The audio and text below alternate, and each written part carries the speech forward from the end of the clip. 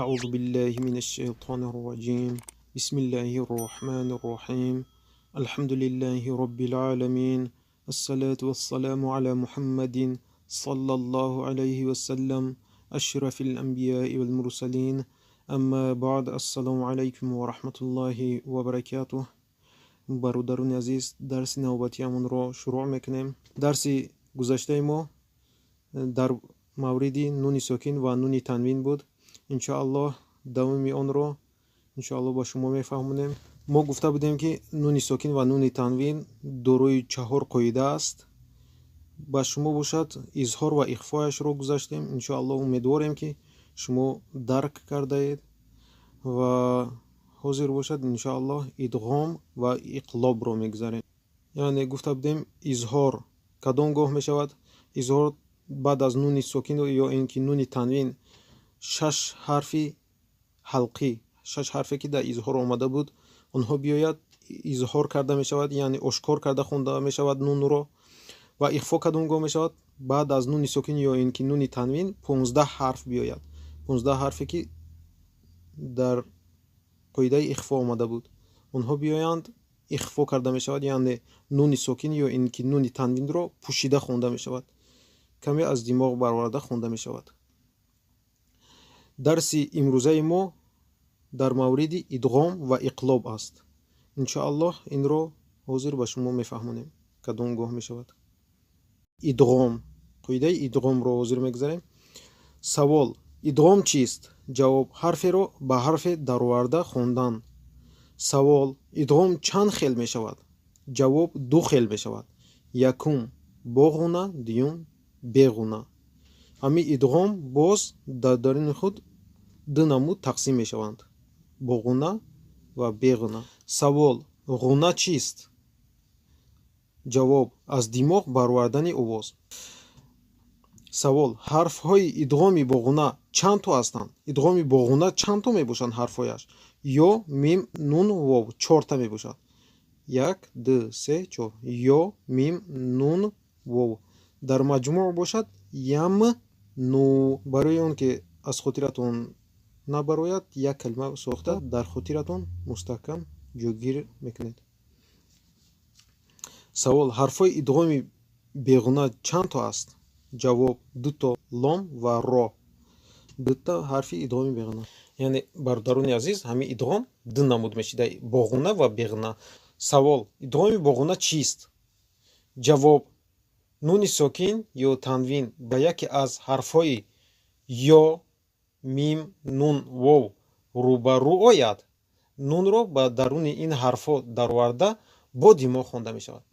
مثال: میم ما میم ما میم ما. میم رو در میم می درونیم و کمی میم رو می قپیم، تشدید میکنیم کمترک و صدا رو از دماغ می بروریم. و بعد از نون تنوین گفتیم چیز بیاید؟ 4 تا حرفی ادغامی با غنه بیاید. در اینجا میبینیم که یا آمده است. یا یکی از حرفای ادغامی با غنه میباشد و نون تنوین رو در داخل این یا درآورده آواز رو از دماغ میبروریم. خیره خیره خیره به همین گونه. و دویومش ادغام بیغنه چیست؟ ادغام بیغنه رو انشاءالله فهمیدید. و ادغام بیغنه کدام گاه می شود؟ جواب: نون ساکن یا تنوین به یکی از حرفهای لام و حرفی را روبرو آید، نون رو به درون این حرف درآورده بیغنه خوانده می شود، به آواز دماغ خوانده می شود. انشاءالله این رو مثالش رو به شما میفهمونیم.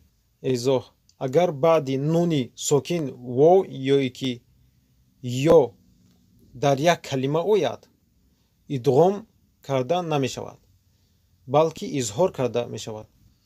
مثال نگاه کنید: بعد از نون ساکن اگر حرف یا اینکه واو در یک کلمه بیاید داخل یک کلمه ده بیاید جدا نباشند کلمه ها. این بعد از نون ساکن نون که ساکن دارد یا آمده است چی می شود؟ نون اظهار کرده می شود. حرف اظهار یا حرف اظهار در داخل نمی شود، اما در یک کلمه بیاید بعد نون ساکن ادغام نمی شود، چی می شود؟ اظهار کرده می شود.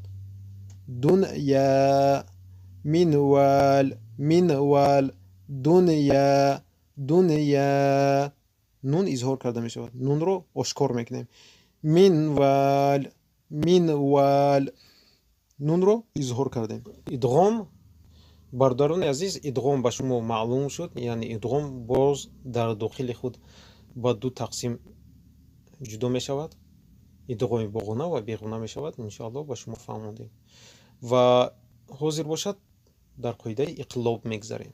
کدامگاه اقلاب کرده می شود. اقلاب. سوال: حرفای اقلاب چند تا و کدام است؟ جواب: یک تا حرفی ب می باشد. حرفی ب حرفی اقلاب است. سوال: اقلاب چیست؟ اقلاب چی معنی دارد؟ جواب: نون ساکن و تنوین در وقتی به حرفی ب روبرو شدنش نون رو پرتافته به جایش میم آورده خوانده می شود. مثال: بعد از نون ساکن یا اینکه نون تنوین می گوید. اگر حرفی ب بیاید، حرفی ب بیاید، نون ساکن و نون تنوین رو می پرتویم به جایش حرفی میم میاریم میخونیم. در اینجا میم آورده خوانده می شود. من بعد نمیگویم، بلکه من بعد، من بعد، من بعد. سمیع بصیر، سمیع بصیر. به همین گونه میم آورده میم رو آواز رو از دماغ برآورده خوانده می شود. من بعد، من بعد که میقپیم آواز رو از دماغ میبروریم و دوام کلمه رو میخونیم، نون رو نمیخونیم. برای چی؟ سببش برای چی به جای نون میم میاریم؟ برای که میم و حرف نون در غنه شریکند، هر دویش از دماغ میبروید. و میم برای چی پیش از حرف ب میم میاریم؟ برای اون که میم و حرف ب هر دویش در مخرج شریکند، یعنی از لبها خارج می شوند. میم و حرف ب لبها به کار برده می شود. برای می به جای نون و حرف به جای نون میم آورده خونده می شود. برای که میم هم در نون شریک است و هم در ب. در نون گفتیم در غنه در دماغ و در ب باشد در مخرج، یعنی هر دویش صدا از لبها خارج می شود. انشاءالله این نیز به شما فهمو شد. حاضر باشد انشاءالله این قاعده ها رو به شما در درس می فهمونیم. انشاءالله نفهمویه شد انشاءالله سوال کنید. بسم الله الرحمن الرحیم.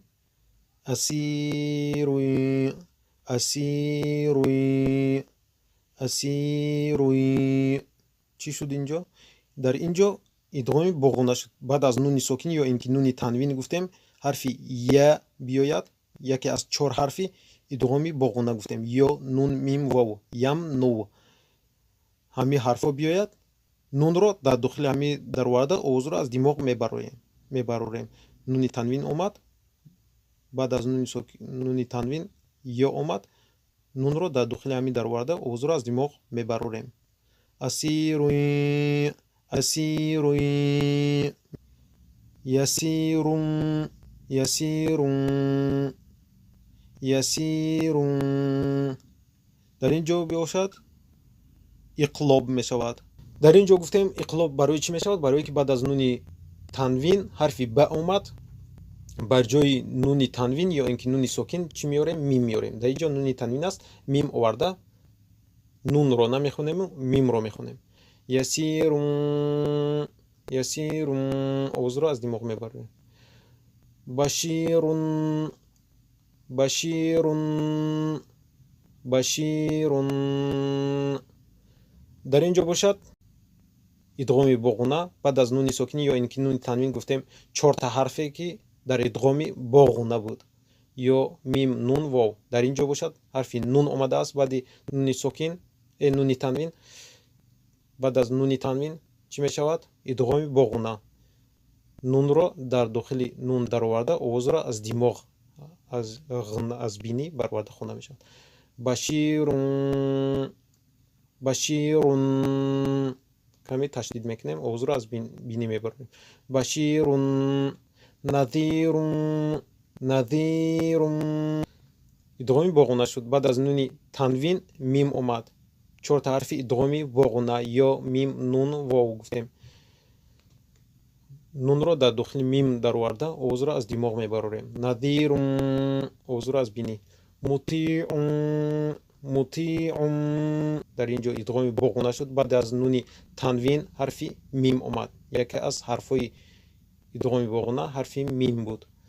маниун маниун баъди нуни танвин дар ин ҷо ҳарфи ихфо омад. син пӯшида хонда мешавад, каме аз димоғ бароварда хонда мешавад.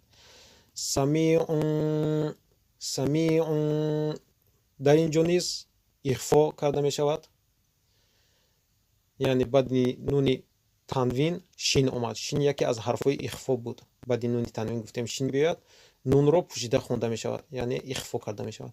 шафиур шафиур рафиъ шафиур дар ин ҷо бошад идғоми беғна мешавад.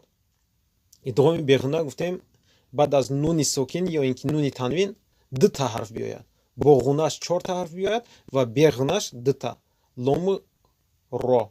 дар ин ҷо баъди нуни танвин ҳарфи ро омад. нун дар дохили ро медарояд. беғна яъне ошкор мекунем роро. ҳарфи ро ошкор хонда мешавад. шафиур шафиур идғоми беғна. рафиун рафиун рафиун дар ин ҷо ихфо карда мешавад. баъд аз нуни танвин ҷим омад. ҷим ҳарфи ихфо аст. ҷамиун ҷамиун дар ин ҷо иқлоб мешавад. баъди нуни сокин ё ин ки нуни танвин гуфтем ҳарфи ба биёяд, ба ҷои нуни сокин ё ин ки нуни танвин мим оварда мешавад. дар ин ҷо нуни танвин аст, ба ҷои нуни танвин мим оварда хонда мешавад. мимро мехонем. ҷамиун овозро аз димоғ мебарем. бадиун бадиун бадиун ин изҳор карда мешавад. изҳор кадом гоҳ мешавад? баъд аз нуни сокин ё нуни танвин шаш ҳарфи ҳалқӣ ояд. хо ҳарфи ҳалқӣ аст. изҳор яъне нунро ошкор мекунем, равшан мекунем. халиун халиун халиун нунро ихфо мекунем, барои он ки баъд аз нуни танвин дал омад. дал яке аз ҳарфҳои ихфо аст. далилун далилун далилун ихфо карда мешавад. баъд аз нуни танвин қоф омад. қоф яке аз ҳарфҳои ихфо мебошад. қалилун қалилун қалилун ихфо карда мешавад. баъд аз нуни танвин ҷим омад. ҷим яке аз 15 ҳарфи ихфо мебошад. ҷалилун ҷалилун изҳор карда мешавад. баъд аз нуни танвин чӣ омад? дар ин ҷо айн омадааст. алилур алилур алилур баъд аз нуни танвин ро омад. ро гуфтем ҳарфҳои идғоми беғнада мешавад, яъне беғна хонда мекунем. таштид мешавад, дохил мекунем нуна ва бе овози димоғ хонда мекунем, равшан мекунем. алилур рафиқур рафиқур рафиқур дар ин ҷо низ идғоми беғна мешавад. баъд аз нуни танвин ҳарфи ро омад. ро ҳарфҳои идғоми беғна дохил мешавад. идғоми беғна гуфтем ҳарфҳои лому ре мебошад. баъд аз нуни танвин ё ин ки нуни сокин ҳарфи лому ре биёяд, дохил карда бе овози димоғ хонда мешавад. равшан карда хонда мешавад. Раҳиқун, раҳиқун, раҳиқун. нунро ихфо мекунем. баъд аз нуни танвин чӣ омад? Шин омад. Шин яке аз ҳарфҳои ихфо аст. шаҳиқун, шаҳиқун. нунро изҳор мекунем, барои он ки баъд аз нуни танвин айн омад. Айн яке аз ҳарфҳои ҳалқӣ аст дар қоидаи изҳор, яъне нунро изҳор карда хонда мекунем. амиқун, амиқун, амиқун. нунро дар дохили мим дароварда овозро аз димоғ бароварда хонда мекунем. ин қоидаи идғоми боғона аст. баъд аз нуни танвин ё ин ки нуни сокин гуфтем 4 ҳарф биёяд. ё мим нун вов, ям нув, яъне ё мим нун вов. дар ин ҷо мим омад, дохил карда овозро аз димоғ мебарорем. муинун, муинун, муинун. нуни танвинро дар мим дохил карда овозро аз димоғ бароварда хонда мекунем. идғоми боғона. мим омад. аминун, аминун. баъд аз нуни танвин ҳарфи ба омад. қоидаи чӣ мешавад? иқлоб. ба ҷои нуни танвин ё ин ки нуни сокин чӣ меорем? мим оварда хонда мекунем. аминун. баидур, баидур. баъд аз нуни танвин ро омад. ро яке аз ҳарфҳои идғоми беғна аст. ҳарфи лому ре идғоми беғна гуфта будем. баидур дохил мешавад, бе овози димоғ хонда мешавад. рашидун, рашидун. ихфо карда мешавад. баъд аз нуни танвин син омад. син яке аз ҳарфҳои ихфо аст. саидун, саидун. идғоми боғуна мешавад. баъд аз нуни танвин мим омад. яке аз ҳарфҳои идғоми боғуна ё мим нун вов. дар ин ҷо мим омад. маҷидун, маҷидун. идғоми боғуна. баъд аз нуни танвин вов омад. вов яке аз ҳарфҳои идғоми боғуна. идғоми боғуна мешавад. ва ҳува куллул амри, ва ҳува куллул амри, ва ҳува куллул амри, ва ҳува куллул амри қоидул ҳаққи аминан, аминан. алиф сағиро ҳарфи мад мешавад. агар ҳамин калима дар охири ҷумла биёяд, дар ин ҷо нуқта кунем, яъне вақф кунем. аминан.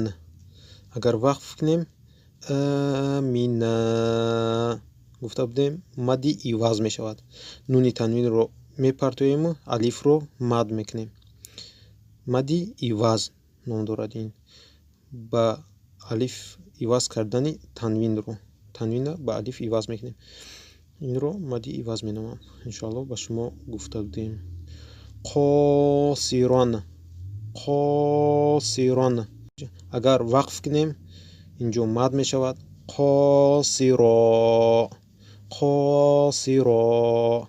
агар бихонем биравем, як ҷумла да ҳами биёяд, мисол баъди нуни танвин ғайн биёяд, изҳор мешавад нун. қосирон, қосирон, қосирон. ғолибан, ғолибан. нун ихфо мешавад. баъд аз нуни танвин чӣ омад? ҷин. ҷин яке аз ҳарфҳои ихфо аст. агар дар ин ҷо биестем, вақф кунем, чӣ мешавад? ғолиба. алиф мад мешавад. мади иваз ном дорад. ин алифи аввал бошад, мади табиӣ. ғо д алиф кашида мешавад. як алиф д алиф. ҷаҳидан, ҷаҳидан. алиф ҳарфи мад мешавад, мади табиӣ, ва дар ин ҷо бошад изҳор мешавад. барои он ки баъд аз нуни танвин чӣ омад? ҳо. ҳарфи ҳа омад. ҳарфи ҳа омад. ҳа яке аз ҳарфҳои изҳор мебошад, ҳарфҳои ҳалқӣ. اظهار میکنیم. اگر وقف کنیم آخر جمله در همین کلمه بیاید گفتیم مدی عوض میشود. جاهدا میگیم الف هم مد میکنیم. حافظا حافظا نون رو اخفا میکنیم برای اون که بعد از نون تنوین تا اومد. تا یکی از حرفهای اخفا است. اگر همین کلمه در آخری جمله باشد اگر بیستیم یعنی وقف کنیم مدی عوض میکنیم این الف رو. حافظا میگویم حافظا. دو تا چهار پنج تا میکشیم. طیعا طیعا طیعا طیعا نون رو اظهار میکنیم نون تنوین رو برای اون که خا اومد حرف خا که از حرف حلقی است برای همین نون رو اظهار میکنیم. طیعا اگر وقف کنیم مثال بیستیم در آخر جمله بیاید همین کلمه طیعا میشد الف مد میشود. خالدون خالدون اگر در آخر جمله بیاید همین کلمه نون ساکن میشود. خالدون خالدون نون رو فتحش رو نمیخونیم و واو مدی چی میشود؟ مدی اوریزی. دو تا چهار پنج شش میکشیم اختیار داریم جایز است. نون رو ساکن میکنیم اگر در آخر جمله همین کلمه بیاید. اگر در مبهم بیاید خالدون واو مدی طبیعی میشود. الف صغیره نیست حرفی مدی طبیعی. داخلون داخلون الف مدی طبیعی و حرفی واو نیز مدی طبیعی اگر فتحه رو بخونیم. اگر وقف کنیم بیستیم مثال نفس گیریم داخلون میگیم نون رو فتحش رو میپرتویم نون ساکن میشود و واو مدی اوریزی میشود. دو تو پنج شش رو کشیدن اجازه داری. ذاکرون ذاکرون این نیز به همون گونه. راشدون این نیز همون گونه. راهبین راهبین این هم همون گونه یعنی مدی طبیعی. این رو نیز مدی طبیعی اگر فتح رو خونیم. اگر ساکن کنیم نون رو راهبین راهبین گفتیم نون رو ساکن کردیم مدی اوریزی می شود. راهبین مثلا نون رو ساکن میکنیم یا مدی اوریزی. فی العالمین فی العالمین فی مدی طبیعی الف صغیر مد مین مدی طبیعی را اگر بیستیم عالمین میگیم مدی اوریز. ان الله غفور رحیم ان الله غفور رحیم نون رو بالا میچسبونیم. ان الله الف صغیر مد اگر پیش از نام الله فتحه یا اینکه ضمه بیاید نام الله هر غوث خونده می شود. اگر کسره بیاید در تگ نون کسره بیاید تنک خونده می شود له می شود. اینی الله اینی الله می گفتیم. اگر ضمه یا اینکه فتحه ان الله او می گوییم. غفور مدی طبیعی و غفور دو مقدار می کشیم. بعد از نون تنوین چی اومد؟ را اومد. ادغامی بغ نمی شود. اوز رو از دماغ نمی بروریم. حرفی لام ر بیاید گفتیم بعد از نون تنوین یا اینکه نون ساکن. در اینجا حرفی را اومده است. نون رو در داخل این درآورده به اوز دماغ خوانده میکنیم. رحیم انا نقطه کردیم در اینجا یا مدی اوریزی شد. ایدو زیاد کشیدن اجازه داریم. در همینجا درس ما به آخر رسید. انشاءالله امیدواریم که شما درک کرده اید این درس رو. اگر نفهمیده باشد انشاءالله سوال کنید و به شما میرسونیم. و السلام علیکم و رحمت الله و برکاته.